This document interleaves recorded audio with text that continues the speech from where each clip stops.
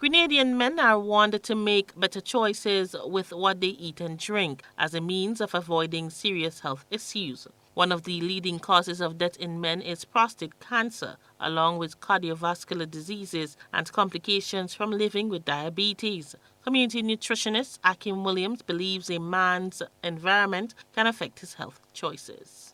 How is our environment affecting what we eat?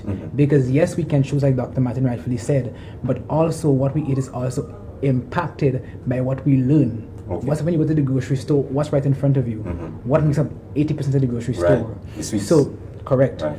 If we look at where men work and where they play, if we look at when I'm hungry, what do I go for? What's the first thing I grab for? It's either going to be a fast food. When I talk to the few male clients that I do get, you hear it's a roti. I'm not saying there's anything wrong with a roti, but when you look at the consistency of the meals over the lifespan, I think that's where we see some of the greatest problems. The nutritionists highlighted the key nutritional intake for men that can have them live healthier lives. We know that across the macronutrients, so that's protein, carbs, and fats. But protein and energy, right, let's say calories, is generally higher for men. Okay. Typically because of the build, like Dr. Martin mentioned, and the ability to work.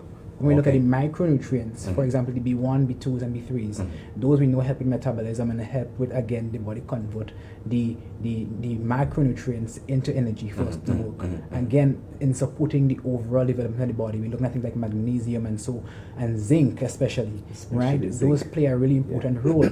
Now, again, we did mention that if it is at that stage that we haven't set the precedent for consuming a balanced diet, consuming things that are local, that's not traveling across the globe to get here, that's eventually diminishing the nutritional value.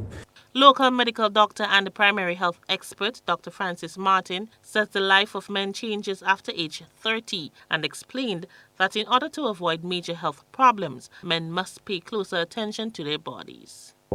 The testosterone levels in men starts to drop after 30 by 1% every year. Wow. By the time he's 40, 10% gone. Wow. By the time he's 50, 20% gone. And when that happens, the entire man as we know him starts to deteriorate. Wow. And granted, this is a 30-year-old man who feels that he's in the prime of his life, who feels that he can party every night, who feels that he can eat all sorts of things, including some of the things we have around the place that we call thing for the back and things for the this. Okay. That is another myth we have to discuss, because at that 30 to 40-year-old man who feel that he's all good and he's doing all the kind of thing that even decreases his testosterone even further. But the doctor and nutritionist were speaking on a new program that focuses on men's health at the Government Information Service. For GBN News, I am Rena Pett Thomas reporting.